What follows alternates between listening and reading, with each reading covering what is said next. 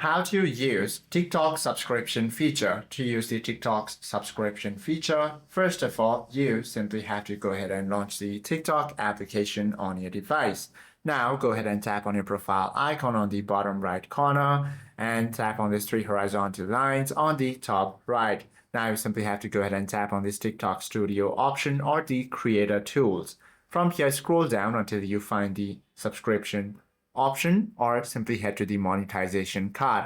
From here, scroll down to the learning resources until you find the subscription option. Now, if you are eligible to apply for this feature, you should be able to find the apply button over here. Now you simply have to go ahead and tap on it, or you can also tap the get started and simply follow the on-screen prompts to connect your payout method. Once you do this, you simply have to configure your tier and perks, set your price, design emotes and badges, publish the subscriber-only videos, then manage sub space. Hope this video helps you out a lot. If you have any questions or queries, do comment down below.